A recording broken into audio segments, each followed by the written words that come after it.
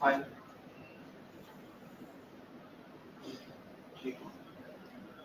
और ऐसे ठीक है। अस्सलाम वालेकुम नाज़रीन, क्या हाल है आपका? ठीक ठाक। आज ख़ास खबर देते हैं आपको। इज़राइल ने अटैक किया है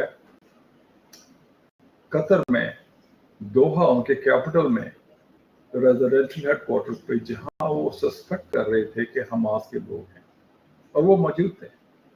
उनके ऊपर उन्होंने अटैक किया है और ये जॉइंट ऑपरेशन है। शिनबेत जो उनका इंटरनल सिक्योरिटी का इदारा है, and as well as the Air Force.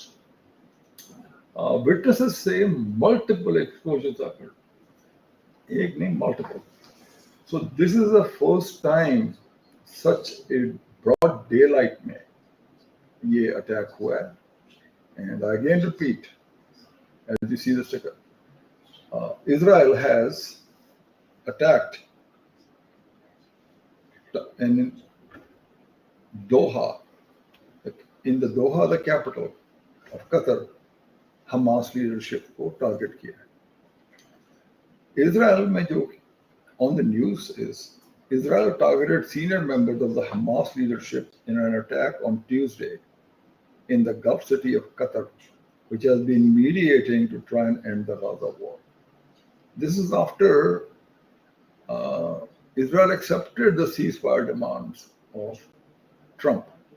And these guys were ready to talk on accepting these demands or not, and Israel came in and attacked. At this stage, the fate of the officials of Hamas is not known.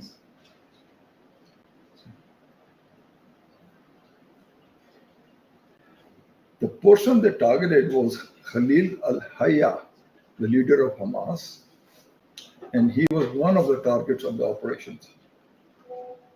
And his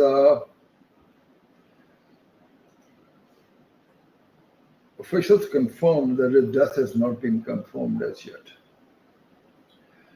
The Israeli officials told the Jerusalem Post that the US knew about the attack beforehand and gave it the green light.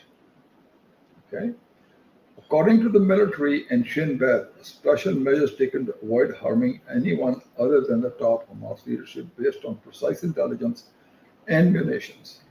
That's at least they tried not to kill anybody else. IF, according to official statement, IF and Shin Bet, Israeli security agency, which is other than Mossad, conducted the precise strike targeting senior leadership of the Hamas terrorist organization. More detail which is emerging, Qatar has condemned, which Majid al-Ansari, the spokesman for the Qatari foreign minister, said in a statement, residential headquarters where a number of senior Hamas politicians lived was targeted. Al-Arabi, a TV Qatari-based channel, broadcast footage of smoke rising over Doha. It will be quite a day for Qataris to find out, being so friendly with Israelis, as well as, remember, Qatar is also hosting the US CENTCOM also. So, hosting an American base and yet attacked. Okay. In May, Israeli Qatar defense minister vowed that Khalil al-Hayya, the chief Hamas negotiator, would be killed. So this is not something which is coming out of the blues.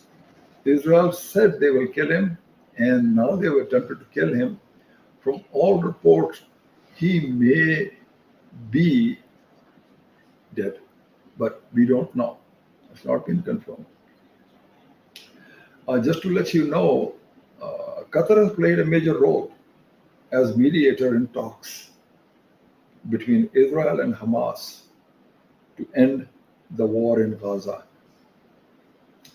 The direct attacks on the Qatari soil risk antagonizing its government, unraveling those diplomatic efforts, particularly because the Qatar political economic stability hinges on its reputation as a safe haven for business and tourism.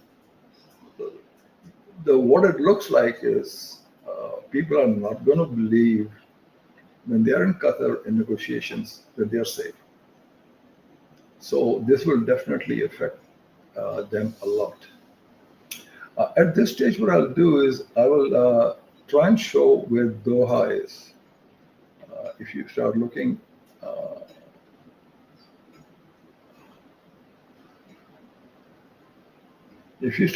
here, this is Qatar. And if you see here, this is Pakistan, this is Iran, this is Iraq, Syria, and Israel. Doha is a small state here, which is basically, and Doha is its capital. It also hosts the US base here. Okay. Now, again, I repeat, Israel has attacked Qatar, its capital Doha, targeting the senior leadership of Hamas. Anyway, I think we have successfully dealt with this issue. And now we'll move on to the main areas of what I call of our podcast.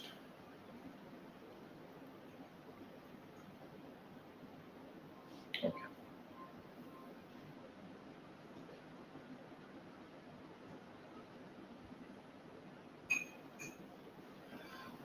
One of the questions recently, which is coming to us from a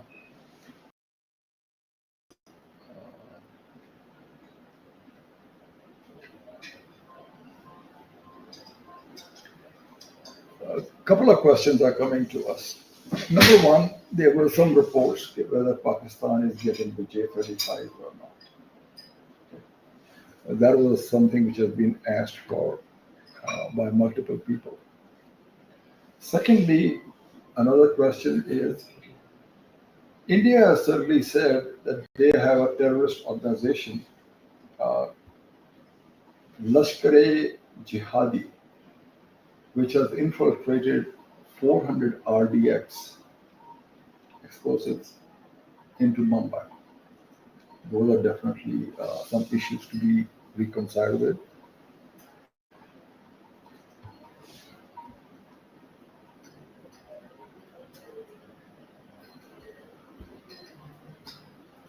I'm sorry, I'm taking some time to look through because this news kind of, we had to share it with you as it came along. And it was a little bit on the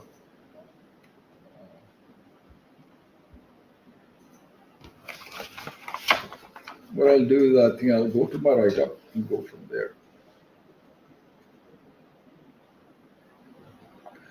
A couple of things in this one which we need to answer. Is China holding back the J35s? Now, it's very hard to believe this particular aspect of it. And the reason I say that is our pilots have been going there for training since last August. In addition,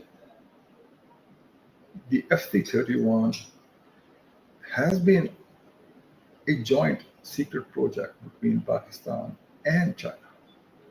So this has been devised as a medium-sized aircraft, bigger than the JF-17, but a little smaller than the J-20. But it's a twin-engine plane, and it has Super Cruise, so it has got a lot of range. Okay. Second thing in this one is to look at what CPAC is, just to review that. And it's important that we review that. Now, we're going to go on to this one and go back to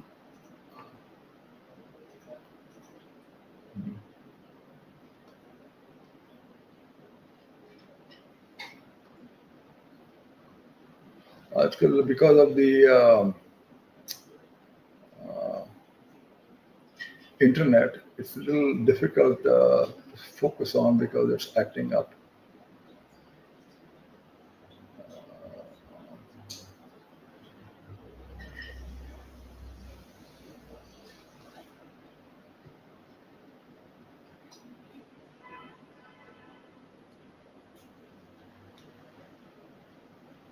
Anyway, it's hard, so I think I'll just skip it.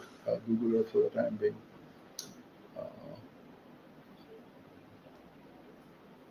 I think I'll skip the Google Earth.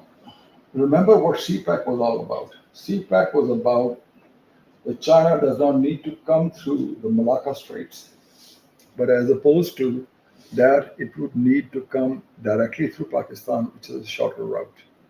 Okay, and that's evident from this map you see here. Pakistan is so close, and it's very short, the distance from Pakistan to the oil sites, while the other one is very long, and it can be interdicted by the Americans over here and in the Gulf of in the Malacca, near the straits near Singapore. India or any other one, Australians can interdict it, and they got to come around the whole thing around here. So I don't think strategically Chinese are willing to give up on this one. What's the second reason with Taiwan? When China goes for Taiwan, which is about here, which is the only nation with a military which can threaten China? India. Which is the only country here part of the Indo-Pacific Alliance, and America is having basis agreement, India. So China cannot allow India to have an upper hand, especially not in the air. Okay. So they have to make sure Pakistan maintains air dominance over India. Even Indian analysts like Praveen Sani, what they're saying is this: China is building Pakistan to be the leading military power in Asia. I repeat, their own analysts are saying that China is building Pakistan to be the leading power in Asia. Now, that's also right.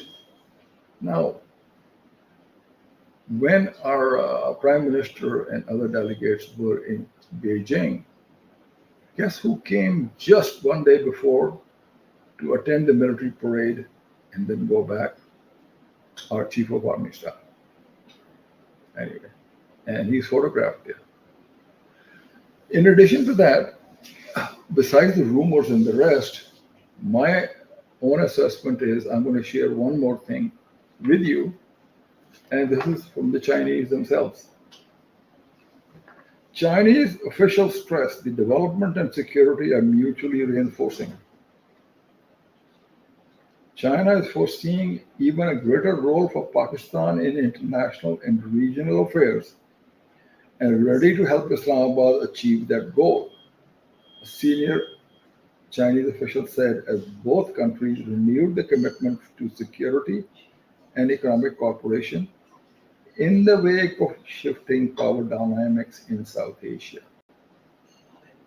Very, very important, very strong diplomatic language. Who is this guy who said this? Chen Wei, counselor of the Department of Asian Affairs of the Foreign Ministry of China, told the visiting delegation in Beijing that China would stand firmly with Pakistan to safeguard its independence, sovereignty, territorial integrity, and support its effort to play a bigger role and a greater role in regional and global affairs. If you remember, my viewers and subscribers, we had already talked and established that Pakistan is a pivot state for China. That means when they want to exercise power in a particular area, like you're saying the Straits of Hormuz, guess who will they ask for this to do that? It will be Pakistan. So that role is there. Again, repeat, the Chinese officials stressed that the development and security are mutually reinforcing and urged Pakistan to step up protection of Chinese personnel and companies working on our projects. They said a lot of Chinese want to invest in Pakistan, including Punjab and Balochistan, but security remains the biggest concern. Now, here I'll say, Chinese just announced a $450 million package for one of the biggest fabric plants outside Islamabad. It's going to employ 16,000 people. And in another 8 months, they will add another 8 to 9,000 to it. So what I'm saying is the Chinese industrialization of Pakistan is starting and in full swing. And what the Chinese are saying is, please step up the security. And I think we should do that. They're our guests, they're our brothers, and we should provide security. In addition to that, one of the things I will jump to the next one.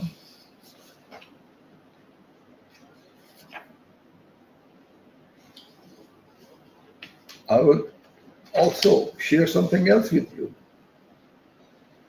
Our Air Marshal, Shahryar, in a bold declaration of military resolve, Air Marshal Shahryar Khan of the Pakistan Air Force on Saturday warned any future aggression by India would provoke a far stronger response than before. If the score was 6-0, next time it will be 60-0, God willing.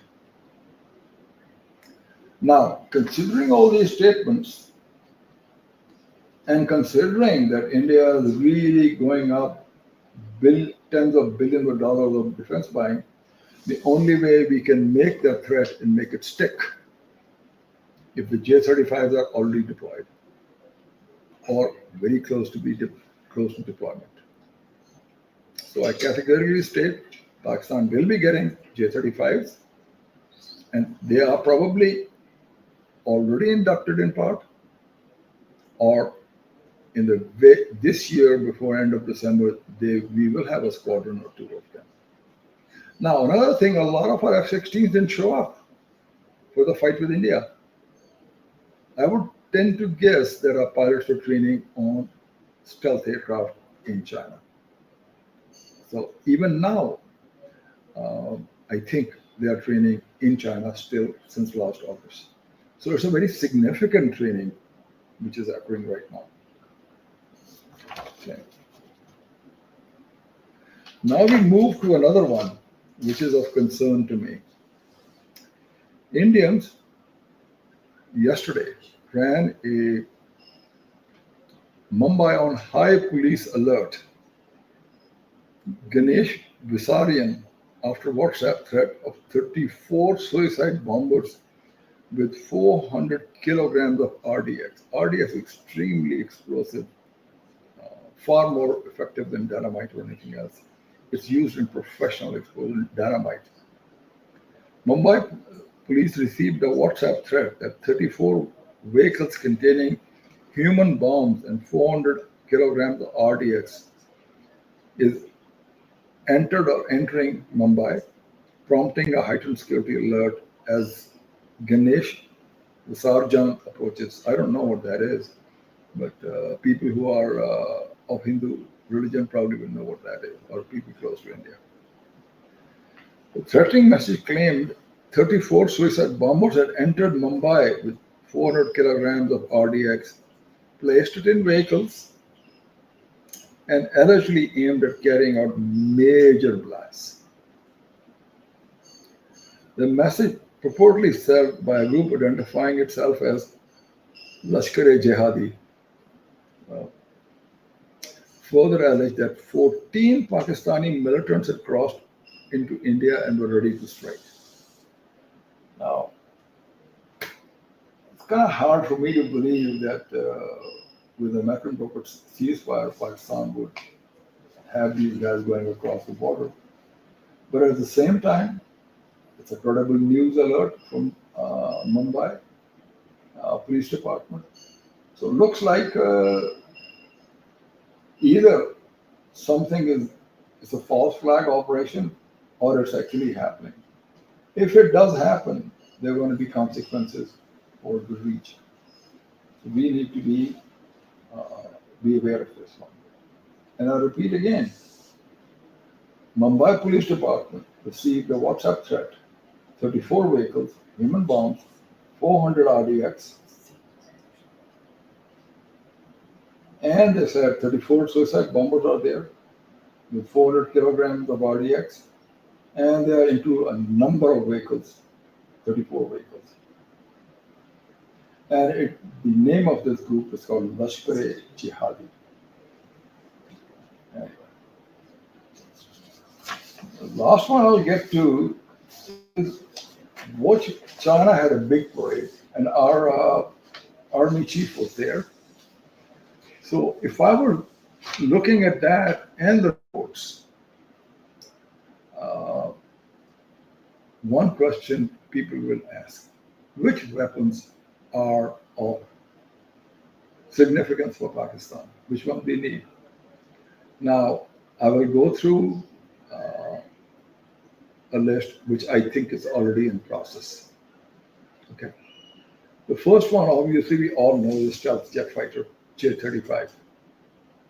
Anyway, by the way, J35 stealth fighter has been seen flying around near Gilgit-Skardu as of 2-3 days ago.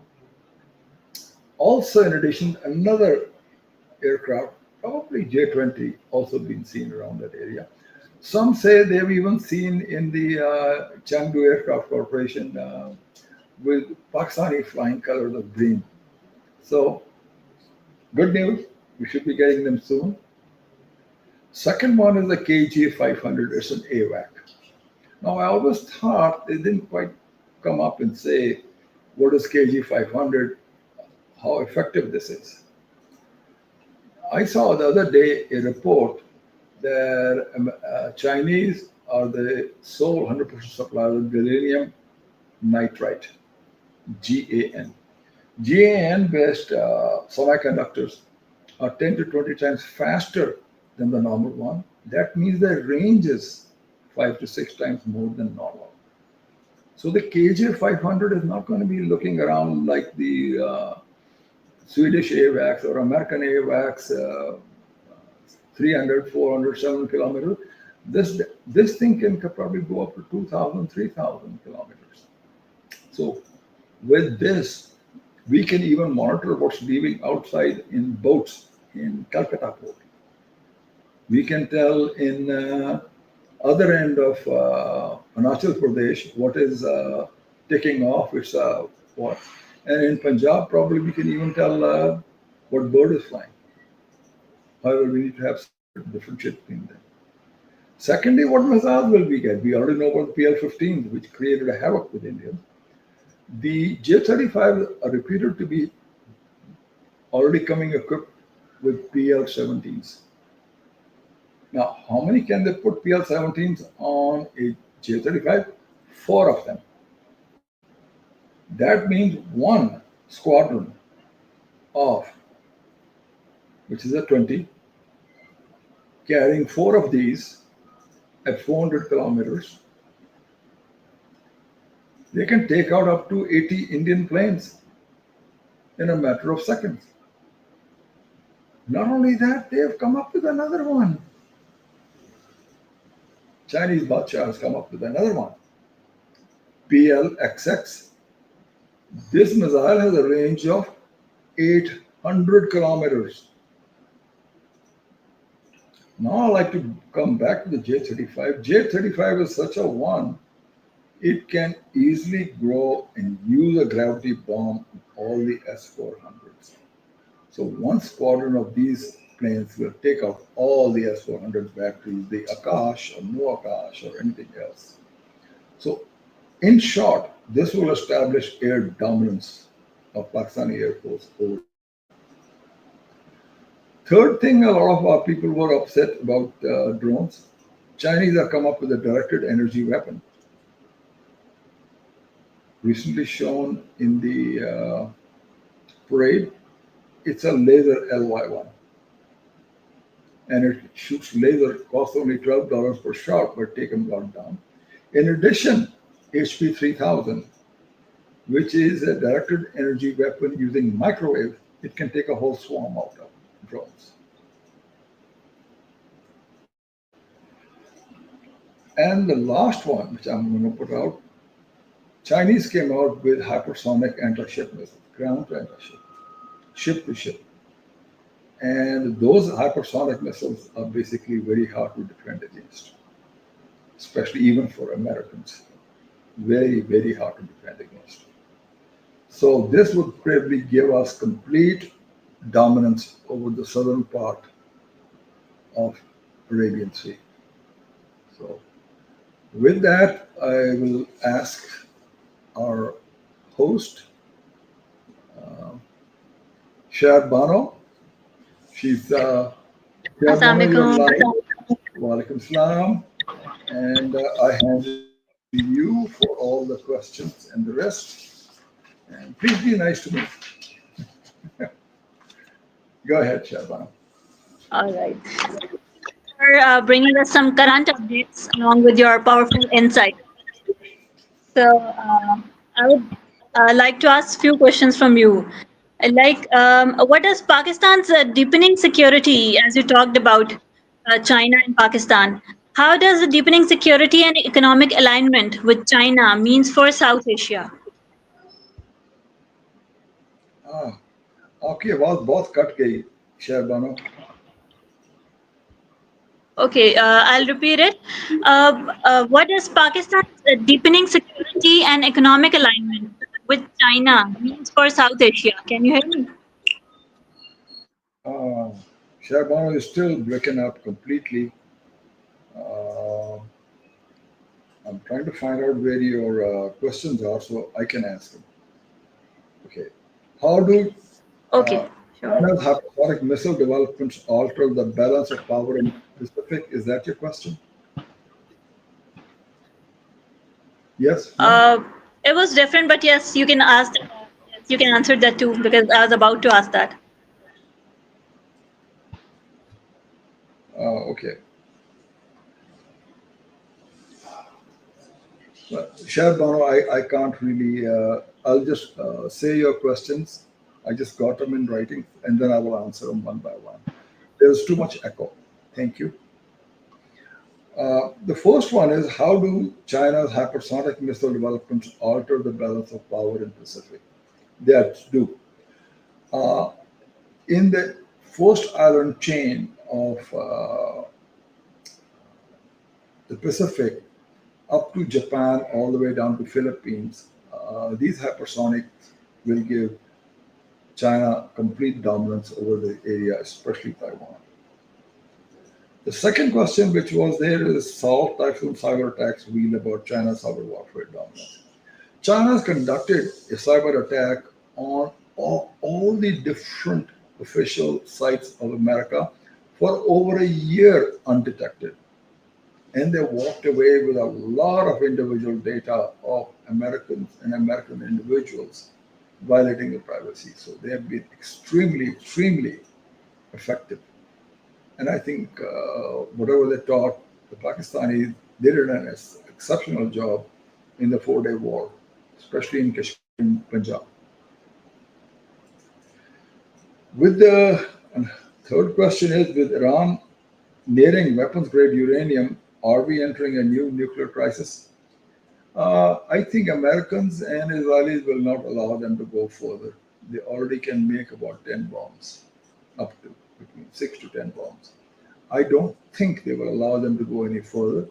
They just enriched another 50 kilograms of uranium. So they are not up to 400, which is that they're up to 450. So this is something which is probably not acceptable to the Americans or to the Europeans or to the Israelis. So it looks like they will move. And I think the first step Europe has taken, and they have initiated the clock, which is going to come out by the end of this month, in early October, 30-day clock for snapback sanctions. That means nobody in the world can do anything, and this does not require a UN Security Council vote. Europeans, I say, have initiated the snapback sanction clock. In 30 days,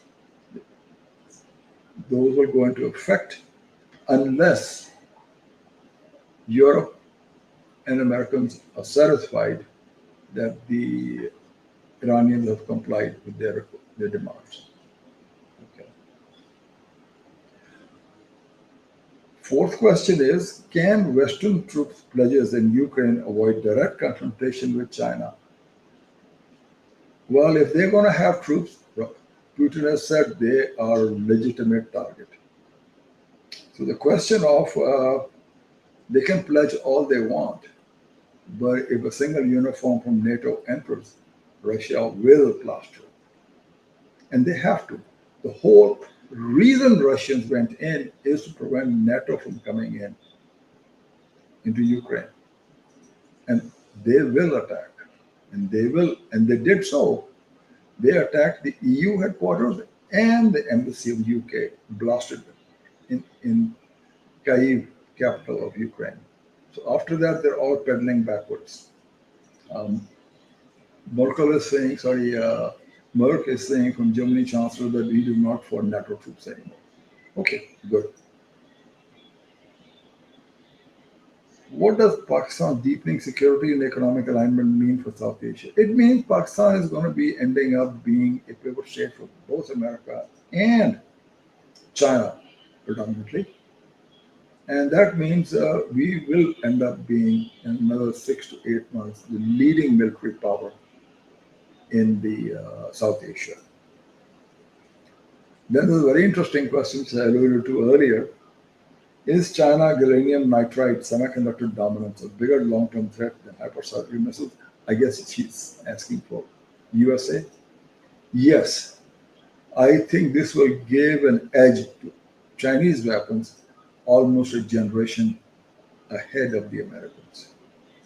So it's a huge one. It basically increases radar.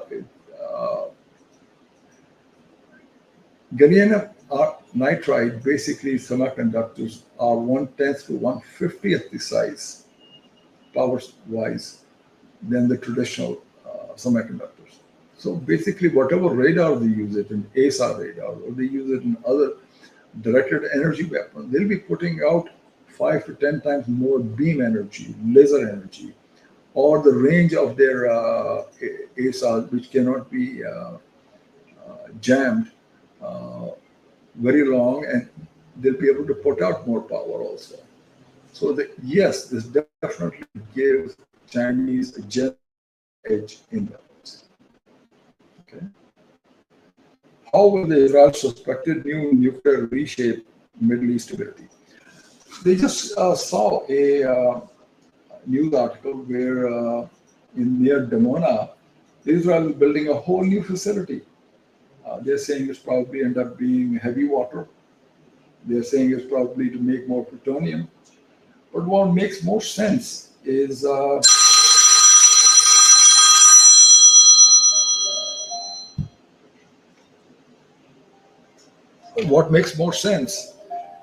that they're using it to make tritium.